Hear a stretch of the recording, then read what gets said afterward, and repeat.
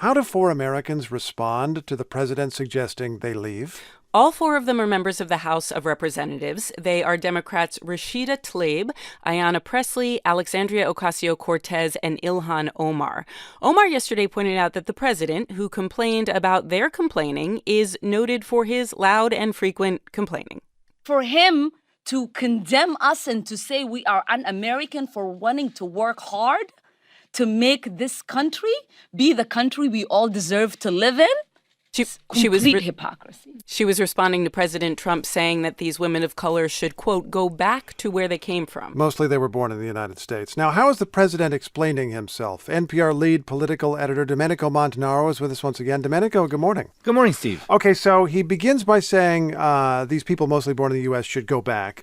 They're people who are from here, but just of a different race than him.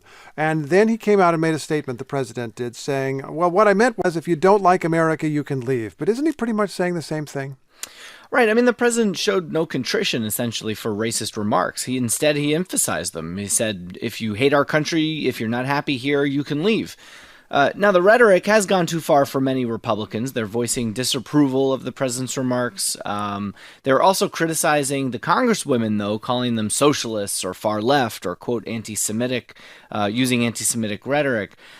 Most of them, though, stopped short of calling the tweets racist. You heard from Will Hurd of Texas, who is black, who called Trump's tweets racist, as did Mike Turner of Ohio. But others like Pat Toomey of Pennsylvania, Susan Collins of Maine, Mitt Romney of Utah, they called the remarks, destructive, demeaning, disunifying, and also over the line, which I guess, Steve, means there is a line. Oh, well, interesting to learn that. Why would the president go over that line then? The fact is the president and the Republican Party want to elevate these 4 congresswomen to make them the, quote, face of the Democratic Party. You heard Lindsey Graham say that on Fox News yesterday, for example. They think that that is something that helps them because it makes the Democratic Party look far left. Ayanna Pressley argued that the congresswomen's views are not total outliers. Our squad is big. Our squad includes any person committed to building a more equitable and just world. And that is the work that we want to get back to. I guess we should define some terms there. They've been called the squad, these 4 freshman members of Congress. And when she says our squad is big, she's asserting that actually they have a lot of support. They're not just 4 freshmen. Right. And the fact, though, is that within the Democratic conference, they've had some disagreement with leadership, with Nancy Pelosi, whether it's tactically or ideologically. But for now, I have to say this helps Nancy Pelosi. It's a pretty big gift to her to maintain unity because instead of the focus being on that Democratic infighting, it's on Trump. And Pelosi's now calling on Congress to condemn Trump's remarks and wants to put Republicans on the record. Although the way that Republicans will spin this is, look, all the Democrats have now been glued to these 4 lawmakers that we want to describe as socialists and so forth. So what does this mean for the 2020 election? Well, they'll certainly attempt that. But this whole incident's a reminder that identity politics are going to be unavoidably a top issue for 2020. Republicans and the Trump campaign are happy to have it that way. They think it helps them. They think it throws the left off balance. But stepping back, Steve, the fabric of the country is really being stretched. I mean, you have demographic change in this country that's upsetting half the country, while the other half is painting in primary colors, emboldened. They feel under siege by Trump. And, it's unclear what it's going to mean for 2020 at the ballot box next year.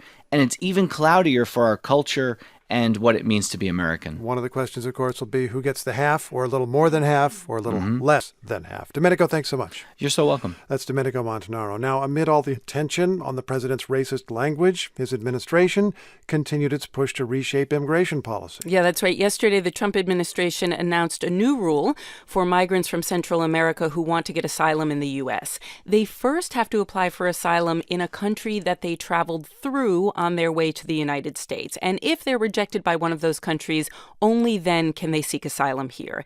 Now, that rule is scheduled to go into effect today, and it will certainly face challenges in court. Reporter James Frederick is in Mexico City and covering this story. Hey, good morning.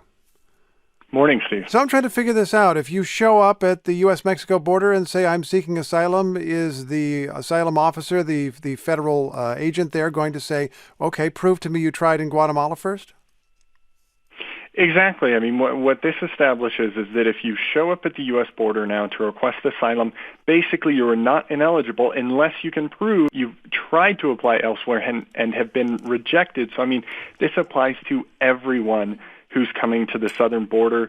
The administration says that this policy is to crack down on what it calls fraudulent asylum claims, but the result is that someone who could have been granted asylum yesterday, had they been able to apply, well, today that same person can't even apply and could be deported to their home country. In terms of who this affects, we're talking mostly people from Central America, but it's not just them. It's anyone who's come through Mexico. I've met people from as far as Venezuela, the Congo, Ukraine, who have come through here to apply for asylum. It would affect all of them. And the question now is what this looks like on the ground. One question is, what do they do with people who break this rule now? Will they deport them to their home country, to a place where they say they're not safe? That's a big question right now. I want to think this through. First, we should note, this is kind of normal that you encourage people to just go one country over and stay near where they came from. I mean, refugees from Afghanistan end up in Pakistan or Iran, for example. So it's not that unusual to have the impulse to say, if you're fleeing El Salvador, maybe you should go to Guatemala, maybe you should just go to Mexico, you should go somewhere nearby. But that does raise a question. Can people get asylum? Can people be safe in Guatemala or Mexico? In theory, yes. In practice, in a place like Guatemala officially does allow asylum seekers, but it doesn't have an office to even process that. So, I mean, the capacity for it just doesn't exist right now. In Mexico, it's a bit different. Mexico does process tens of thousands of asylum requests a year. The problem right now is that Mexico's asylum office has an annual budget of $1.2 million. They've already had 30,000 asylum requests this year. They just have nowhere near the funds to resettle more people, or even the number of people who are requesting asylum right now. So practically, it just doesn't seem feasible in other countries like that. Have Mexican officials indicated they're going to try to deal with this? They have not said anything. They mostly said that this is a domestic policy in the U.S., so they can't challenge it. But what they're going to do is a big question, because this would be a huge burden on them to take tens of thousands of more people, possibly. Reporter James Frederick in Mexico City. Thanks as always. Thanks, Steve. Okay, wow. 3 congressional hearings today in Washington. 3 of them put the power struggle between Congress and big tech on display. And when we talk about big tech, we're talking about a handful of companies: Facebook, Amazon, Google, and Apple. Some members of Congress are concerned about the influence that these companies have over billions of people's lives. And today, lawmakers get to question executives from those companies. NPR's Arthi Shahani will be listening and is on the line. Good morning. Good morning. Okay, let's start with Facebook, which is the sole focus of a hearing before the Senate Banking Committee. Why banking? That's right. So you may have heard Facebook plans to create its own money called the Libra. The stated goal is to bank the unbanked. An estimated 1.7 billion adults on Earth do not have a bank account. Many of them are Facebook users. So Facebook is going to create its own currency, taking on a key power of nation states, the power to mint money. But Facebook has got to clear a lot of hurdles. What are they and their partners going to do about money laundering? How will they protect privacy? What happens to the interest earned on Libra deposits? Regulators are speaking up about it and striking very different tones. France's finance minister came out saying Facebook shouldn't have a sovereign currency. The UK minister says his country is willing to engage with Facebook. And U.S. Treasury Secretary Steve Mnuchin made it clear at a briefing yesterday that he is not comfortable with Facebook launching a currency, at least not yet. I think they're being very candid with the administration and where they are. I'm not going to publicly speculate how long I think it will take them to get to the point where we're comfortable with it, but they are a long way away. Facebook by now, of course, has heard some of the criticism. How are they responding? So the company is sending David Marcus. He's heading the creation of this Libra wallet. He used to head PayPal. His testimony, which he submitted, it's very diplomatic. He's going to say Facebook will not launch Libra until his team has fully addressed regulatory concerns and received appropriate approvals. So, it seems like at least today Facebook is talking the talk. And we'll find out how the walk goes a little bit later. That's right. In the House, some lawmakers are asking if some of these companies amount to monopolies. That is correct. And there's an entire hearing today that's really dedicated to how these platforms work. The House Judiciary Committee members are going to drill into Facebook, Google, Amazon, and Apple, how they deal with competitors and collaborators. And, Steve, here's the thing is that these companies do have differences. For example, Amazon and Google both collect advertising money, but Amazon's ad money is basically a fee to vendors for them to show up in Amazon's search pages. Google is not that. As one person close to the companies pointed out to me, it is in each of their interests to not point fingers at each other, to not throw each other under the bus. They'll want to stick together and make the antitrust conversation go away. Kind of act like a big tech monopoly or something like that. Keep the same. Well, in coordinated, correct. Coordinated messaging. That's something different. I know. Yeah. Third hearing is about what actually gets carried on social media and what allegedly gets blocked. That's right. Senator Ted Cruz, he has long criticized the social media platforms for anti-conservative bias. Today he's going to grill a Google lobbyist specifically on whether the company is tweaking its algorithms, manipulating search to suppress certain ideologies.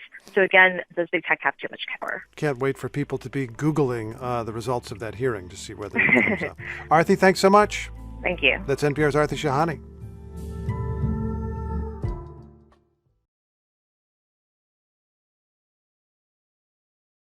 President Trump used racist language, and that has led to turmoil over whether Congress can call the president's language racist. Yeah, the House voted to condemn the president's remarks about 4 congresswomen of color.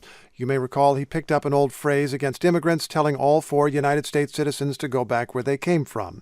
It was such an explosive statement that just discussing it in the House of Representatives yesterday triggered protest against House Speaker Nancy Pelosi. Here were her words that became the focus of debate. Every single member of this institution, Democratic and Republican, should join us in condemning the president's racist tweets.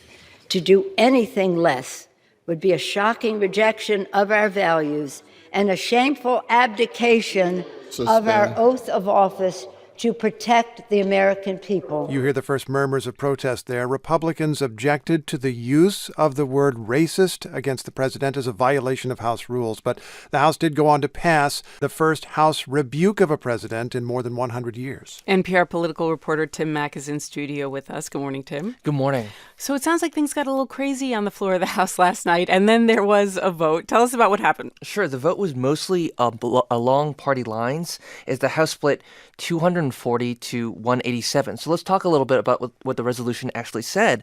It stated that the House, quote, strongly condemns President Donald Trump's racist comments that have legitimized and increased fear and hatred of new Americans and people of color. It also states that immigrants, quote, have made America stronger, and that those who take the oath of citizenship are every bit as American as those whose families have lived in the United States for many generations.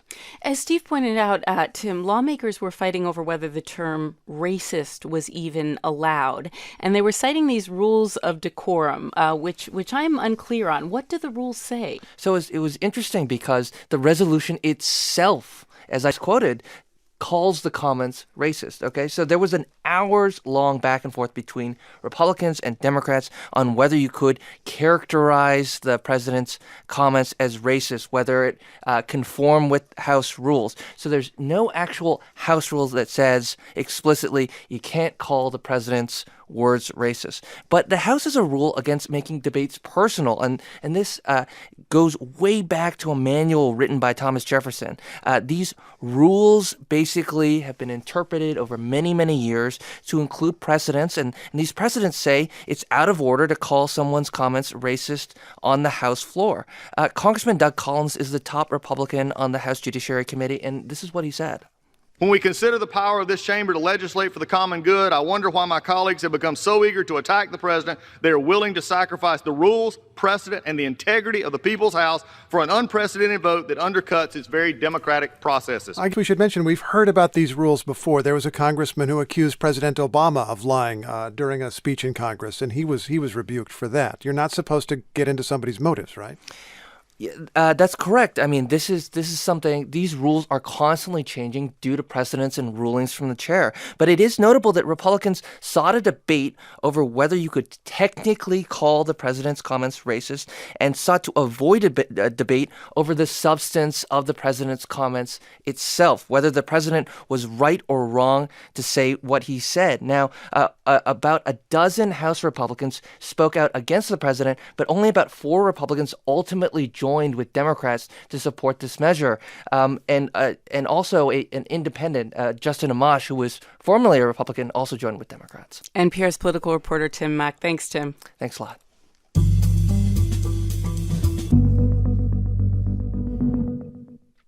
All right, the fight for abortion rights has become an enormous battle in courts and states in this country.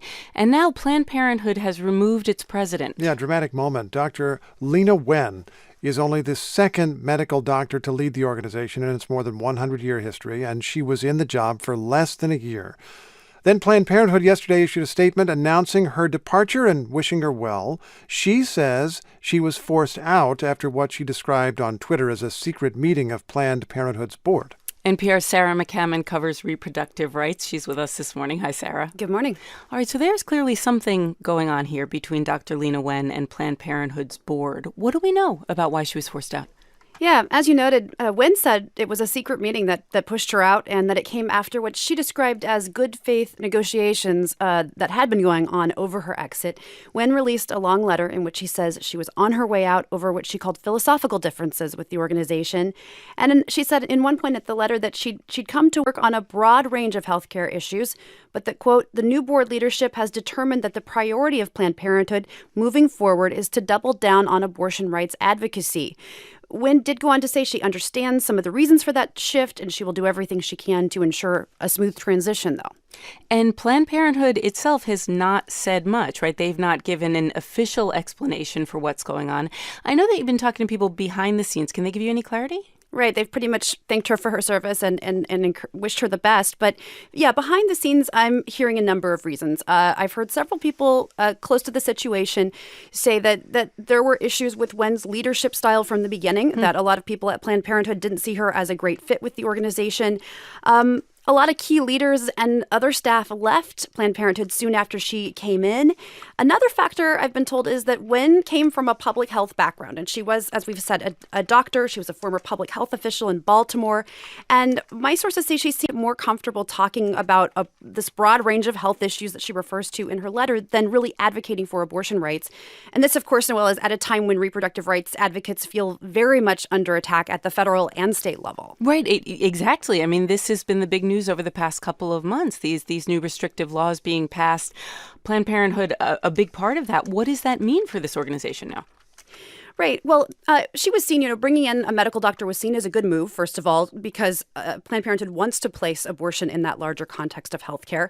But again, she wasn't seen as leaning in heavily enough to that issue. I'm told that a lot of people come to Planned Parenthood because they're proud to work on abortion rights and other issues. And so, again, that wasn't a fit. What it means now, I think it says a lot that they've let their president go at this key time with so many challenges, potentially a Supreme Court challenge shaping up in the next couple of years, heading into an election year. Clearly there wasn't a fit there, as we've said. Stepping into the role on an interim basis is Alexis Johnson, a longtime Planned Parenthood board member, well-liked from what I've heard. She's going to have a lot on her plate. Planned Parenthood says they hope to have a permanent president in place by the end of next year. But again, next year's a campaign year. So this is a big job for this person. And a lot for Planned Parenthood to worry about and think about in the meantime, yeah. Absolutely. NPR's Sarah McCammon. Thanks, Sarah. Thank you.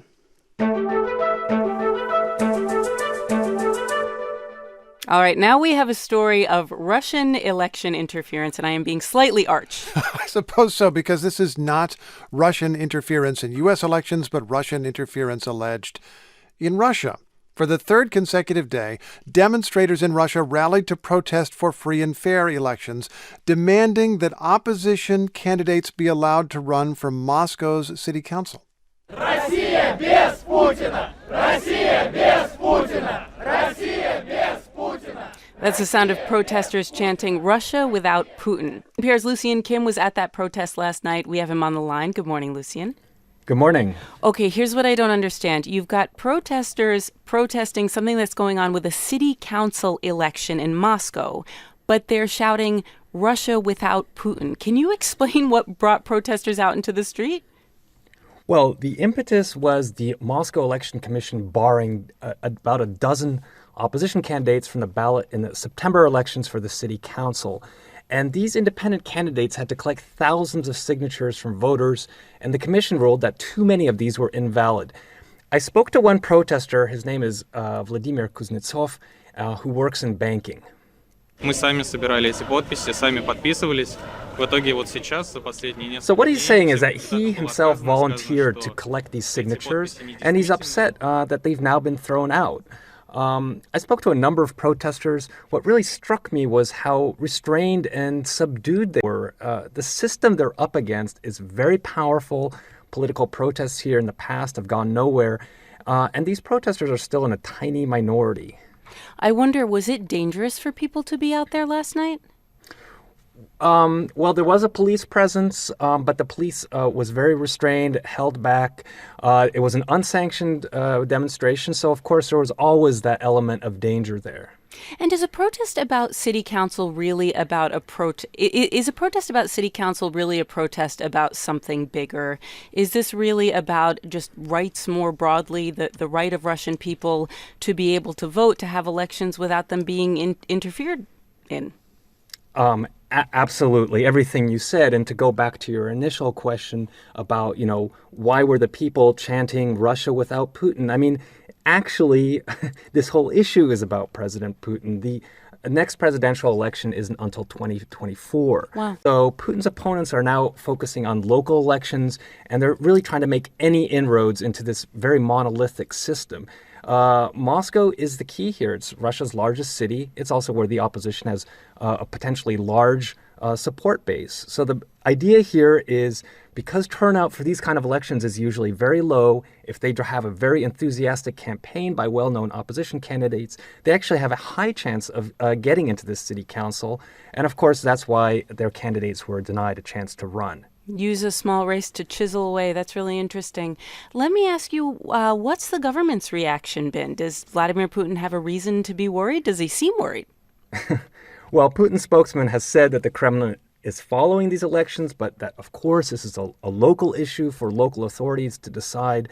Putin has no reason to be worried yet, but keeping Moscow residents happy is probably one of his biggest headaches. They are the best educated, most affluent, and most demanding part of the Russian population. The government has really poured billions of dollars into the urban renewal projects to keep Muscovites happy. And so the opposition really wants to turn these city council elections into a new issue to rally around. And they're hoping for big turnout at a demonstration this weekend. NPR's Lucian Kim. Thanks, Lucian. President Trump has a theme for this phase of his re-election campaign, telling a U.S. citizen to leave the country. Yeah, the president held a campaign rally last night, and he kept on with this controversy that he started last weekend. He said 4 Democratic lawmakers who criticized him should go back to where they came from. All of them are actually U.S. citizens. 3 were born in the United States, and all 4 are women of color. The House voted to condemn those comments as racist, and even a few Republicans agreed, but the president kept on going last night in front of a crowd in North Carolina. So these congresswomen, their comments are helping to fuel the rise of a dangerous, militant hard left. But that's okay, because we're going to win this election like nobody's ever seen before. NPR's Aisha Roscoe was at the rally. Hey there, Aisha. Good morning. And I guess we should mention, when he talks about their comments, he is criticizing some of their past statements, kind of broadening the attack. But how much did he dwell on these 4 lawmakers? This was a whole section of his speech. He listed each lawmaker by name, and he painted them as anti-American and radical. Minnesota lawmaker Ilhan Omar received the most intense attacks from Trump. Here's a bit of what he said. Omar has a history of launching vicious anti-Semitic screeds. And you may not be able to hear exactly what they were chanting, what the crowd was chanting, but they were saying "send her back." And that was basically echoing Trump's racist language from tweets last weekend. Omar, as was said, is a U.S. citizen, and she has faced some controversy over comments about Israel, but she says she's not anti-Semitic. And the crowd there at this rally, they were really into it. They were shouting "traitor." Someone yelled, "they're evil." In response to all of this, Omar tweeted a quote from Maya Angelou saying, "You may kill me with your hatefulness, but still, like air, I'll rise." I guess we should mention this is a president who thrives on conflict. That's not a very controversial statement. He continued pushing against Hillary Clinton long after he won the election against Hillary Clinton. Now he has someone else to push against. But did he have anything to say about the Democrats, the many, many Democrats who are challenging him for the presidency? He had a lot to say about his potential competitors. He bashed former Vice President Joe Biden for his performance during the first debate a few weeks ago. Here's what Trump said about that. They have a new one who knocked the hell out of Biden during a debate. He said, "I wasn't prepared for that question." That's not a good answer. And he also went after Elizabeth Warren, kind of doing his usual bit, mocking her about her claims about having Native American ancestry. And he went after Bernie Sanders. He said that he missed his chance last time, and I guess in 2016, to get the Democratic nomination, that his time had passed. He also talked about Sanders, saying that he's promising voters free health care and college and all of these things. But Trump said he won't be able to deliver. What are you hearing from voters there in North Carolina, which we should note is a swing state? Well, so Greenville did not go for President Trump during the last election. It actually went for Clinton because it's a university town. It has East Carolina University. But before the rally, I talked to an African-American pastor here, and he said that these words from Trump, that they're offensive and that they're racist. And for him, there's no question about it. I talked to an advocate for the Latino community, and he said something similar. He said that there's been teasing of school children using some of the same language that Trump used. Aisha, thanks so much. Thank you. That's NPR's Aisha Roscoe. Okay, a very different kind of rally filled the streets in San Juan, Puerto Rico. Thousands of people are demanding that Governor Ricardo Rossello resign. Hundreds of pages of misogynistic and homophobic texts between the governor and his main advisors were leaked to the press. Yesterday, celebrities including Ricky Martin joined peaceful protests, but then in the evening, things got tense.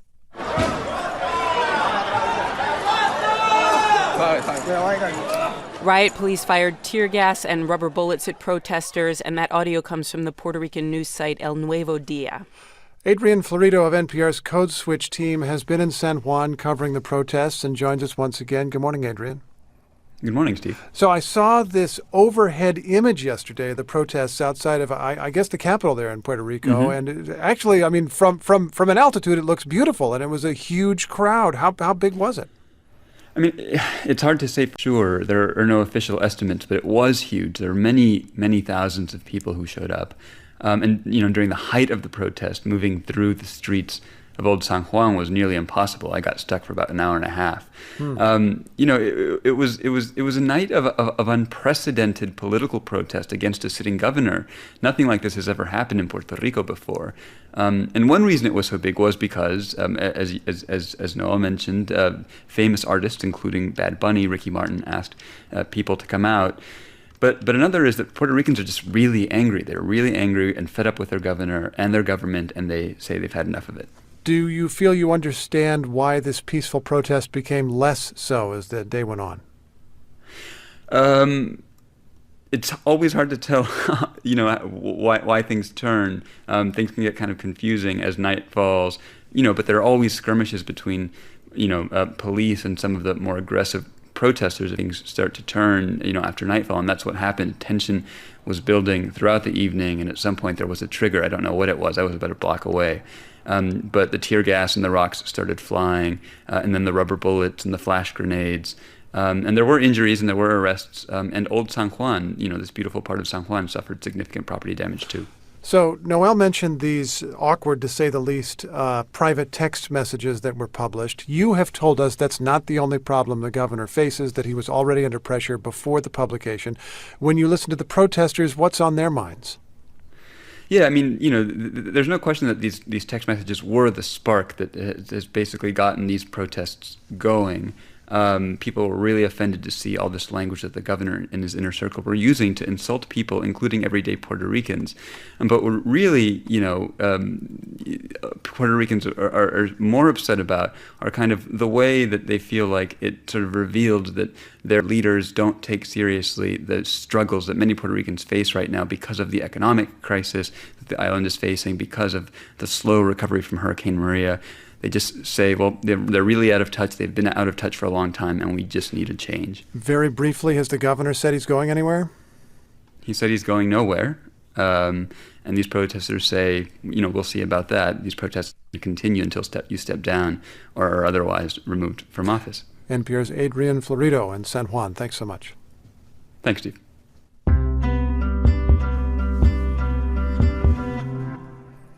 How does the United States aim to keep Turkey as an ally? That question comes up after a big arms sale fell apart. Here's what happened. Turkey is a member of NATO, a really important partner of the U.S. since the Cold War. But Turkey made plans to buy a missile defense system from Russia. And the U.S. said if Turkey made that purchase from Russia, the U.S. would not sell Turkey 100 F-35 jet fighters, which it had planned to do. So Turkey basically had to choose, and Turkey chose Russia. NPR Pentagon correspondent Tom Bowman is with us now. Tom, good morning. Good morning, Steve. Would you explain why it would be so bad for Turkey to buy some weapons from the U.S. and some weapons from Russia? Well, simply because by having this Russian missile system and Russian technicians to help the Turks operate it, the Russians could have learned how to possibly shoot down the F-35, learn about any vulnerability. So the U.S. has said to Turkey repeatedly, there's no way you can be allowed to have the F-35 if you buy the Russian S-400. Was there any accusation on the Turks' side that Turkey was just being pressured to buy a U.S. missile defense system instead, say? No, not really. I mean, they've tried to buy the Patriot system for some time. The deal fell apart with the U.S. But, Pentagon officials really tried to downplay any problem between Turkey and the alliance. They said denying Turkey the F-35 was unfortunate, but Turkey is still an important member of NATO. I reached out to a former U.S. representative to NATO, Ivo Dalder, and he said this whole thing is a big blow to NATO. Turkey's actions will weaken the alliance because it can no longer be part of NATO's air defense system. So at the Pentagon briefing yesterday, I ran that by David Trachtenberg. He's a senior policy official. Let's listen. I don't want to speculate in terms of what's going to happen with respect to NATO's weakening or strengthening. My only point was that the decisions we're taking here are intended to strengthen the partners and our capabilities in an alliance context. And as you can hear, he didn't really answer the question. There are concerns at the Pentagon, Steve, about where all this is going. Officials hope they can get past this with Turkey. But some worry, will Turkey become closer and closer to Russia? And if that happens, can they remain in NATO? Well, there you go. I mean, there's an essential problem because you've got this country that is near Russia, that is right in the Middle East, that's strategically placed, that's been a U.S. partner for 67 years. And one more thing, is this correct, Tom Bowman? Turkey had been one of 9 countries that was working with Lockheed Martin to build the F-35. Part of the way that this jet is even affordable is because the U.S. is selling it abroad as well as making it for itself. What's this mean for the F-35? Well, yeah, you're right. Turkey played a very big role and was involved in manufacturing many parts of the aircraft. You're talking billions of dollars in contracts over the coming years. But U.S. officials say these parts will have to be made in the U.S. now or other countries in Europe. They say Lockheed has been planning for this day, and they really don't expect much disruption to the F-35 program. Okay. Tom, thanks for the update. You're welcome, Steve. That's our Pentagon correspondent, Tom Bowman.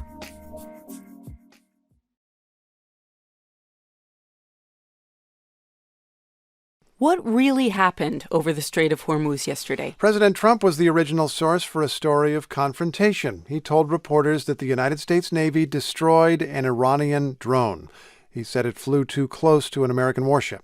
This is the latest of many provocative and hostile actions by Iran against vessels operating in international waters. So that was the president's story, but Iran is responding today, in effect, drone? What drone? It says any unmanned aircraft that Iran flew yesterday returned safely to their bases. NPR's Jackie Northam has been following this story. Good morning, Jackie. Good morning, Noel. All right, so what does the U.S. say happened exactly? The U.S. says one of its amphibious assault ships, the USS Boxer, was moving into the Strait of Hormuz when an Iranian drone flew within about 1,000 yards of it. The crew of the Boxer alerted the drone several times to stand down and then destroyed it. There were no casualties, but this incident has added to the escalating tension in the Gulf region. Now, while this is a heavily traveled waterway, about 20% of the world's oil passes through the Strait of Hormuz, and there have been a number of confrontations recently. About a month ago, Iran shot down a U.S. drone, and Trump ordered a military strike in retaliation, but then called it off at the last minute. Last week, there was a tense standoff between the British Navy and some Iranian vessels. And Washington blames Iran for attacking several other tankers recently, which Iran denies. But, just hours before the Boxer destroyed the drone, Iran announced it had seized a small tanker, which it said was smuggling Iranian oil. So there's a lot going on in that region right now. A lot going on. Yeah. The twist with this story is that the president says, the U.S. military downed an Iranian drone. And Iran says, no, all of our drones made it back home safely.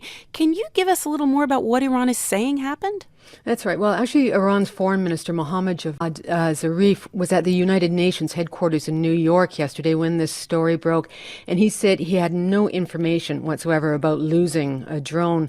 Overnight, though, Iran's top military spokesman said all of the country's drones had returned safely to base. So basically, Iran denies the U.S. claims. Remind us, Jackie, of the context here. The U.S. and Iran have been at odds since the U.S. pulled out of this nuclear deal a little over a year ago, right? Yeah, that's right.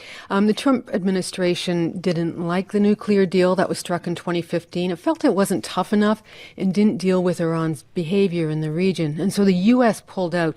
Instead, Washington is mounting what it calls a maximum pressure campaign and is to try and force Iran to renegotiate the deal. It reimposed sanctions on Iran, and that includes cutting off oil sales. And oil exports are the lifeblood of Iran, and cutting them off has crippled the country's economy. So Iran is pushing back. It's been ramping up its nuclear program in small steps. And the regime has said if it can't sell oil through the Persian Gulf because of these sanctions, it could stop others from doing it. So is there any effort to de-escalate, to calm things down here? No, not yet. There have been calls for restraint, but there are real concerns, that things could escalate. Incidents like we saw over the past couple of days could create, a perilous miscalculation from one side or the other and lead to real trouble in the Gulf.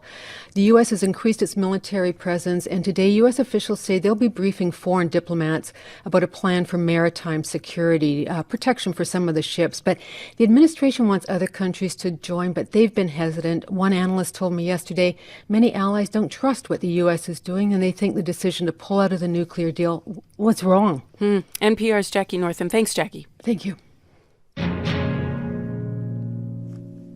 All right, what is it like to be leading the agency that is managing the crisis at the border? Mark Morgan is finding out. He is the new acting commissioner of U.S. Customs and Border Protection. He's been on the job for about 2 weeks, which means he arrives as his agency holds thousands of migrants in overcrowded detention cells. Morgan also took the job just around the time the public learned of offensive messages posted to a private Facebook group for current and former Border Patrol officers. Mark Morgan talked to NPR's John Burnett yesterday, and John's on the line from Austin. Hey, John. Morning, Noel. So in immigration news, we saw news this week that the Trump administration was implementing a new rule that would make it harder for migrants to seek asylum in the U.S. There's a ton of reporting on that. Right. What did Mark Morgan tell you?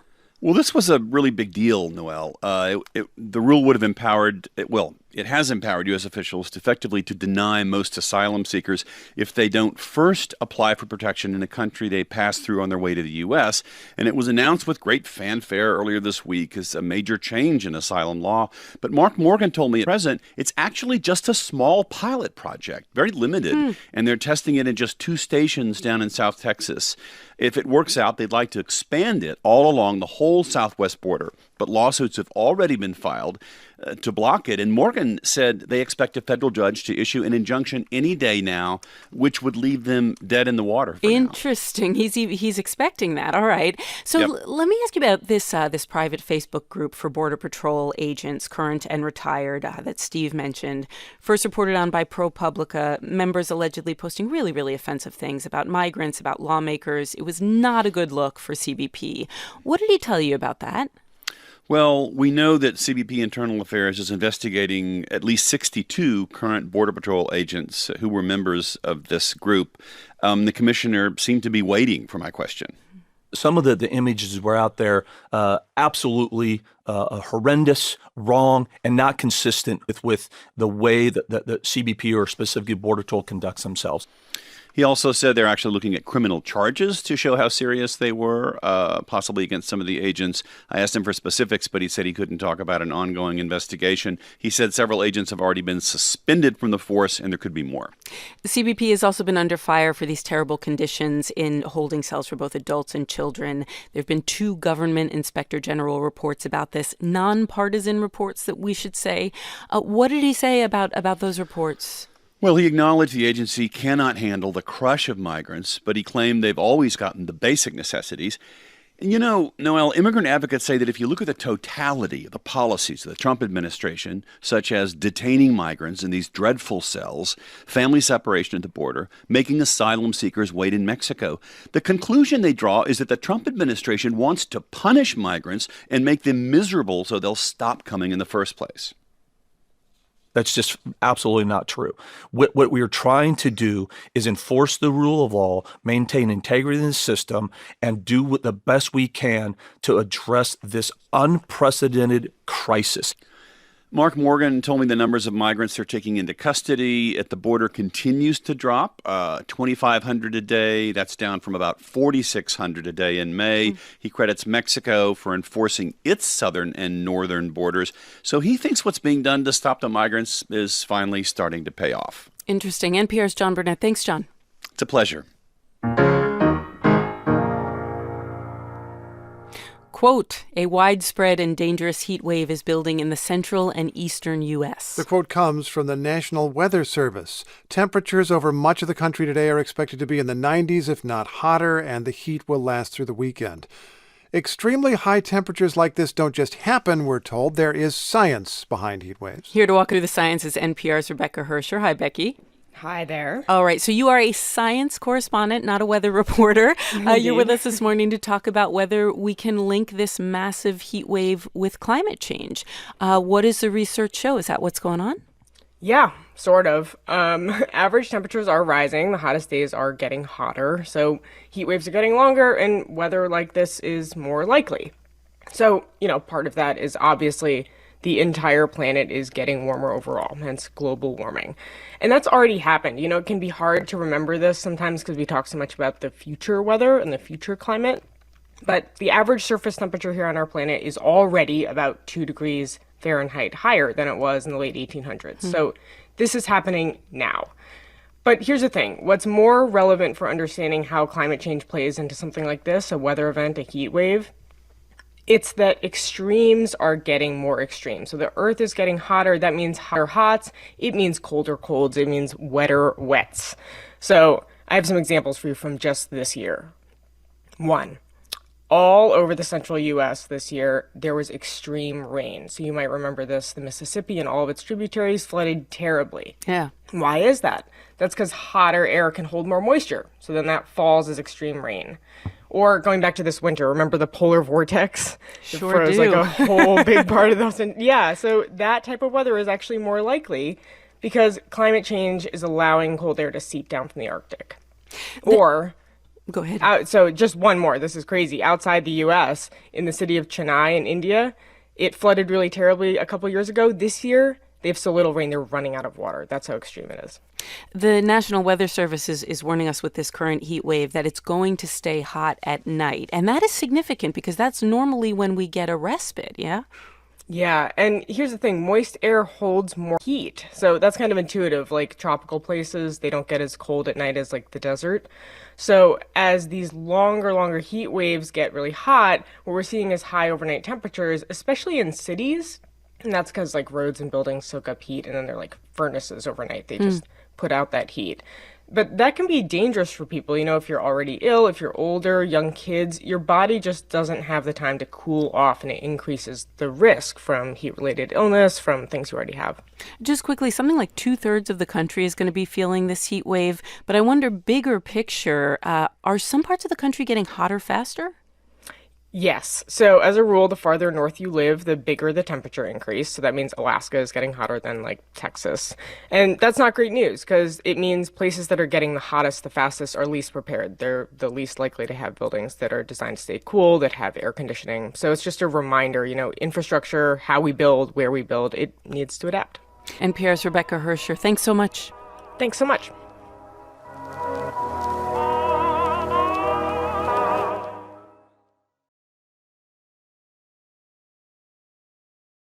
Puerto Rico's Governor Ricardo Rosselló says he will not seek re-election in 2020. He said that after a week of protests in San Juan. Demonstrators want him to quit.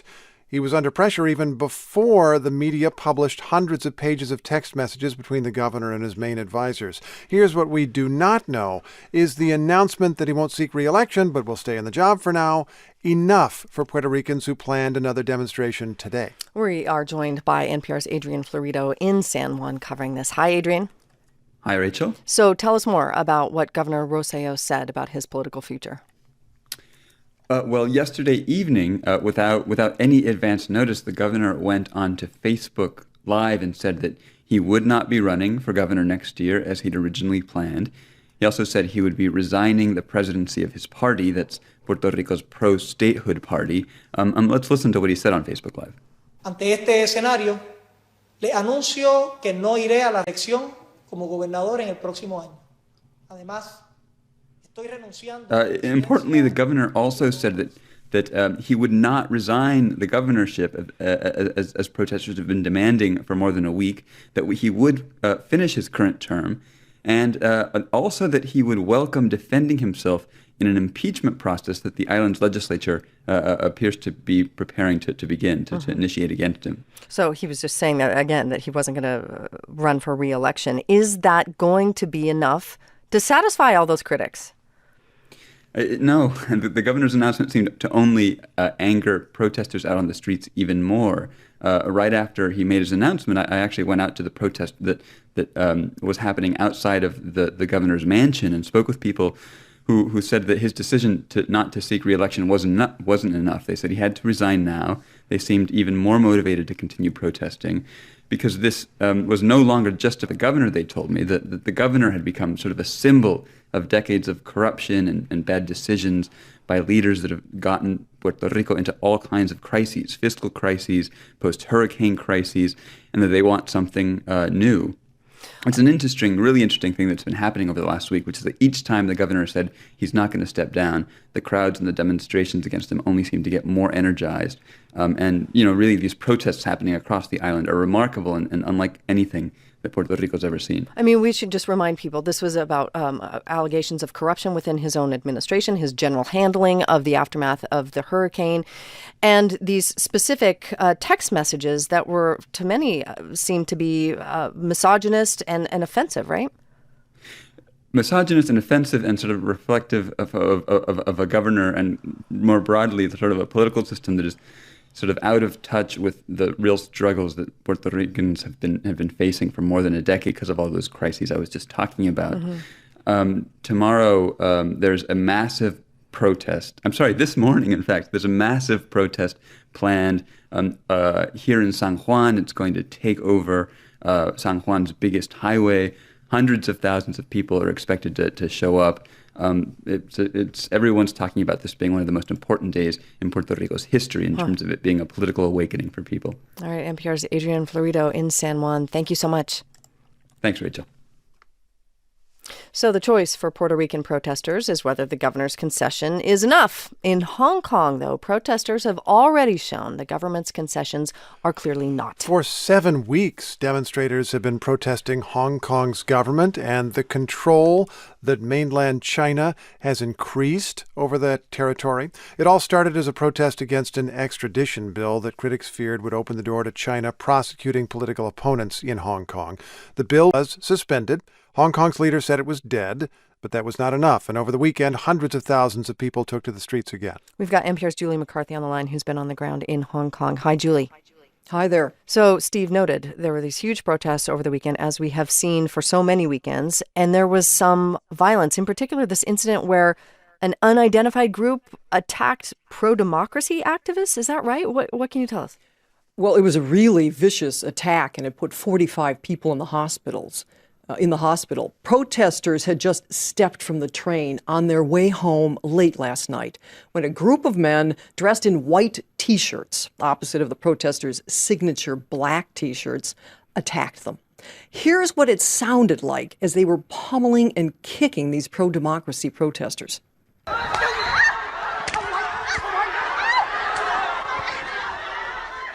There's a theory circulating that the assailants were supporters of mainland China. This happened in the New Territories that abuts the Chinese mainland. It took the police over an hour to respond. One pro-democracy lawmaker who got bloodied in the assault said he suspected it was intentionally delayed. Mysterious men attacking citizens deepens Hong Kong's anxieties now. Right. And here's what Carrie Lam, the chief executive, had to say today as she condemned this attack. Violence is not a solution to any problem. Violence will only breed more violence. And at the end of the day, the whole of Hong Kong and the people will suffer. So, Julie, though, what is this about in this moment? I mean, Carrie Lam declared that this extradition bill was over. It was dead. So what do protesters specifically want? Well, they still want the extradition bill totally withdrawn. It's only been suspended. And, that bill has come to symbolize for the protesters Beijing's strengthening grip over Hong Kong in defiance of the one country, two systems formula it had promised Hong Kong. Hong Kong's freedoms were supposed to be honored in that bargain, and instead, protesters say China is eroding them, and that has expanded into a demand for political reform. They want to elect their own government. If they're going to preserve their liberties, they say we better start selecting our own leaders, but they have to wrest control from Beijing because they basically approve Hong Kong's officials. And I understand there some divisions have emerged among the protesters. Well, it was another day of defiance, but, I didn't see those cracks in the movements, in this unity, which is really rather remarkable. Even when protesters managed to spray paint the Chinese liaison office, Beijing's most important body here, the local administrator, when they did that, people weren't too put off by it. It was the local administration that fumed. They were challenging Beijing's sovereignty, which is what the demonstrators said they had intended. And if there are cracks in that goals, you don't see them. Quite the opposite. NPR's Julie McCarthy reporting for us this morning. Thanks, Julie. Thank you.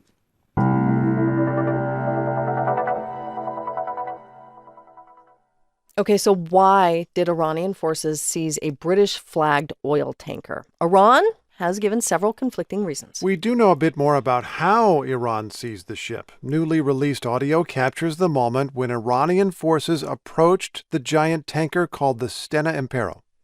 Stena Impero, this is good evening, Carol. About in vicinity. If you obey, you will be safe, Captain. If you obey, you will be safe, is the warning there by radio. Foreign Minister Javad Zarif wrote on Twitter over the weekend that Iran did this to, quote, uphold international maritime rules. The UK sees things differently, and Prime Minister Theresa May chairs an emergency security session today to discuss a response. We've got NPR's Greg Myrie with us in studio. Greg, tell us more about this oil tanker. Where was it going? What was it doing? Right.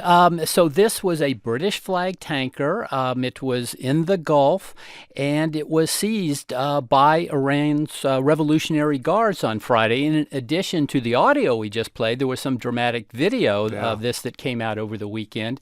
Shows an Iranian helicopter and the Revolutionary Guard troops rappelling down a rope onto this vessel, which it has seized and taken to an Iranian port. There's a crew of 23, 18 of them are citizens of India, no citizens of Britain, but it's created this real standoff with Britain. And as we mentioned, Prime Minister Theresa May is having a meeting today with her Security Council. We'll likely to see what Britain intends to do. I think the thing to be looking for is not necessarily a military response right now, but Britain may be willing to join this sort of maritime escort that the U.S. is trying to organize to have military ships escort oil tankers in the Gulf to prevent this kind of thing. So explain the justification that Iran has given. As Steve noted, they've been kind of back and forth with conflicting messages. Where did they land? Well, I think it's really that it's a tit-for-tat operation here. On July 4th, Britain seized an Iranian tanker off the waters of Gibraltar. This was apparently an Iranian tanker filled with oil headed to Syria, according to Britain. And Britain said this is in violation of European Union sanctions, and that's why they've seized it and are still holding that ship. Except Iran isn't subject to those sanctions. That's Iran's argument. They're saying, that's European Union business and their sanctions with Syria. That doesn't involve us. You should not be taking our tanker. And in a very similar commando style, the Iran responded on Friday. So now we have this standoff, and we'll see how that plays out. And so you mentioned Britain's response in part has been to create some kind of escort system. And what's been the broader international response to this? So there's been a lot of criticism of Iran, and there wasn't great enthusiasm for this sort of the U.S. pulling out of the nuclear deal, of imposing sanctions on Iran. But we've seen France and Germany and even Britain was supportive of keeping the nuclear deal in place. But Iran's action is having the effect of encouraging countries to criticize Iran. It may increase the desire of other countries to join this sort of escort to help protect the safety of tankers in the Gulf. Does it be like warships and more planes just watching after tankers as they go? We saw this back in the 1980s, where the U.S. would escort with naval craft and helicopters, making sure that oil tankers were not attacked as they headed in and out of the Gulf. So much more to cover in coming days, I am sure. NPR's Greg Myrie on this. Thank you, Greg. We appreciate it. My pleasure.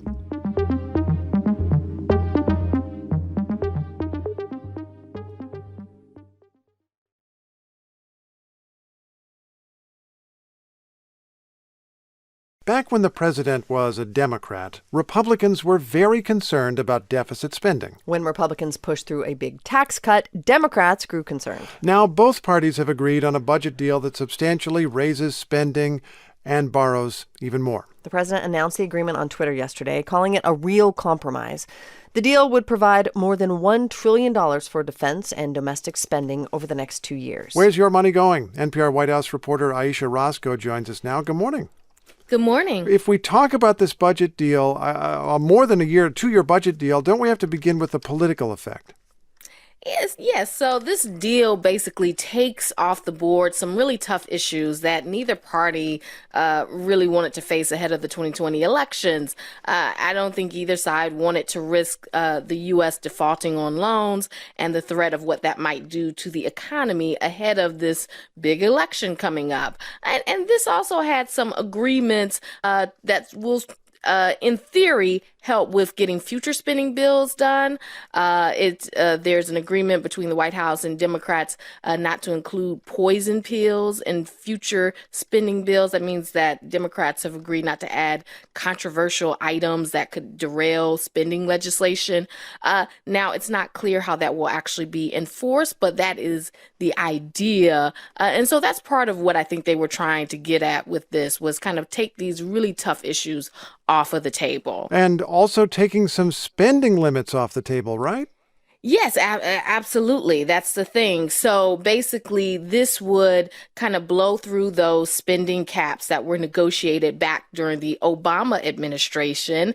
As you said, it seems like no one at this point is really concerned about controlling that spending anymore, or it's not the top priority that it once was. And they're not paying for these increases in spending. They're raising spending limits by about $320 billion, but only offsetting about $77 billion. And just to remember, when President Trump took office, his budget director is Mick Mulvaney, who put out a budget proposal that just slashed government spending massively. Even an all-Republican Congress didn't have a lot of interest in that. I suppose one that is one house controlled by Democrats and one house controlled by Republicans hasn't been interested in that approach either. No, and so the White House had called for $150 billion in spending cuts, but they backed down from that. And maybe it seemed like that wasn't really realistic at this point. But at this point, it seems like they are on the same page as far as getting this bill done, at least with leadership. But there is some grumbling from fiscal hawks and from some on the Democratic side. Okay, so let's talk about that. Just because the majority and minority leaders of both houses have agreed, does that mean that this measure is likely to pass? Well, so it has a good shot. The House and Senate still have to vote on it, but both chambers right now are trying to get out before the August recess, so they have that pressure. The House is scheduled to vote first because their recess starts at the end of this week, and the Senate will vote after that. They're supposed to go out next week. There are Democrats who are unhappy because this increases spending on defense and doesn't necessarily deal with some of their priorities. And obviously the deficit hawks feels like this is too much spending. But since no one is completely satisfied, that may be a sign that this compromise will work because no one can say they got the upper hand. So barring a revote on either side, this should come to fruition. But we'll have to see. Aisha, thanks so much. Thank you. That's NPR's Aisha Roscoe. When Theresa May became Britain's prime minister in 2016, she inherited a problem so vast it consumed her entire tenure. Today, Britain chooses her replacement, who will face the same problem. Members of the Conservative Party have been voting for a new leader. Boris Johnson is the clear favorite. He's a former journalist who rose to become the mayor of London. He later campaigned in favor of Brexit, which has become a long-running British political crisis. That is the problem that defeated Theresa May. Now it will be issue number one for her successor. NPR's Joanna Kakissis is in London just ahead of the announcement. Hi there, Joanna. Hey, Steve. What made Boris Johnson the favorite? Well, so to use one of the slogans of the Brexiteers, they want Brexit and they want it now. And negotiating, Britain's departure from the EU has become this long, drawn-out process. The British are sick of it. And the Brexiteers in particular want a timeline and a definitive plan to get out of the EU. And Boris Johnson, he's their guy. He's the face of the Leave campaign in 2016. He's the guy who thumbs his nose at the European Union and its bureaucrats. And Johnson spent years in Brussels defining this anti-European Union sentiment, in part by writing these frequently false newspaper columns about how the EU is stifling its member states. So, those who want Brexit now believe he's the guy who will deliver it by October 31st, no matter what. And this political science professor I spoke with, Andrew Russell of the University of Liverpool, he put it this way. The appeal of Boris Johnson to Conservative members is precisely the fact that he is unusual, that he offers them right now the potential, the possibility that he can reach the parts that, the rest of the establishment cannot reach. So he can, sell Brexit to a largely skeptical British public. Okay, Boris Johnson did help sell Brexit to just over 50% of those who voted in a referendum 3 years ago. But the British public remains divided. Theresa May could never come up with an exit deal that would satisfy both Parliament and the European Union, partly because Boris Johnson resigned in protest in the middle of that process. Can he deliver any better? Well, it all depends on how he handles these first few weeks. Those the people who like him really like him and think he can do it. They think he can deliver. But a lot of the British think he's a dangerous guy. He's careless, that he makes decisions without thinking through the repercussions, and they worry that this fly by the seat of your pants style is just going to be disastrous for Britain. Aren't the challenges pretty stark for any new prime minister? Yeah, Brexit is going to consume any new prime minister right now. As you mentioned before, it consumed and destroyed Theresa May. And Boris Johnson and whoever is going to be prime minister has to manage this exit very well. Otherwise, Britain's going to suffer economically. And, we don't even know we don't have details on how badly Britain's going to suffer. Britain itself could crack apart. I mean, Scotland is talking about independence again to stay in the European Union. That's right. Separatist rumblings have started again over Brexit because Scotland wanted to stay in the EU. There are lots of other issues too. There are domestic problems, international problems like tensions with Iran, and there's also a sense that maybe Johnson won't last as prime minister, and there'll be general election. Joanna, thanks. You're welcome. NPR's Joanna Kakissis is in London. Now, Britain's new prime minister also inherits a confrontation with Iran. Right. So Iran seized a British-flagged oil tanker last week. That has brought Britain closer to conflict. The U.S. has its own challenges with Iran, but Britain disagrees with the Trump administration about how to respond to all this. The U.S. wants a coalition of countries to protect commercial shipping in the Strait of Hormuz, but British Foreign Secretary Jeremy Hunt announced that Europe will create its own maritime coalition. It will not be part of the U.S. maximum pressure policy on Iran, because we remain committed to preserving the Iran nuclear agreement. President Trump pulled the U.S. out of that agreement last year. NPR's Jackie Northam has been following developments and joins us now. Jackie, good morning. Good morning, Steve. So at least in terms of protecting oil tankers, protecting shipping, that narrow issue, the U.S. and Britain have similar goals, but they're going to have separate naval forces going after them. Why? Well, Foreign Secretary Hunt made it clear it goes back to this 2015 Iran nuclear deal that the Trump administration pulled out of just over a year ago and has been following up with increasingly stiff sanctions, which is crippling Iran's economy. The Europeans believe the deal was working and they want it to remain intact. And they also feel that Iran's recent aggressive behavior in the Gulf can be traced back to the decision to pull out of that nuclear deal. Steve, I spoke with Sanam Vakil about this, and she's a senior fellow at Chatham House, a London-based think tank, and here's what she had to say. The Trump administration has not really looked to Europe as being a relevant player or partner, and instead pursued a unilateral policy on many important issues. And now it seems, Steve, the UK is worried that a US-led force could be seen by Iran as inflaming tensions in the Gulf. And Hunt did say the European Maritime Coalition would be complementary to the U.S. plan. Is that a really polite way to say we're just doing something different? It could be. Foreign Minister Hunt didn't explain much more except to say that both plans will be focused on freedom of navigation. Pentagon officials say the U.S. model would be called Operation Sentinel and could include having ships at both ends of the Strait of Hormuz, along with drones and surveillance. The administration on Friday met with representatives of about 60 countries to talk about this, but they did not say which countries have signed on. So it's unclear how all this will work now with the European model. And one analyst told me the U.S. might be turning to Asian and Middle Eastern countries who don't have the same military ability as Britain. I guess we should point out the U.S. is continuing this maximum pressure campaign, and it's not just pressure on Iran. They're also trying to pressure European nations and China and India and other countries to stop doing business with Iran. Yeah, that's right. And the U.S. can expect to ratchet up pressure both on Iran and certainly other countries. Just yesterday, the administration sanctioned a Chinese state-backed oil company and one of its top executives for skirting U.S. sanctions by buying Iranian crude. Now, China is Iran's biggest oil customer. And so, if it starts sanctioning China, this could very well increase tension with Iran, but also China. Jackie, thanks very much for the update. Really appreciate it. Yeah, thanks, Steve. That's NPR's Jackie Northam.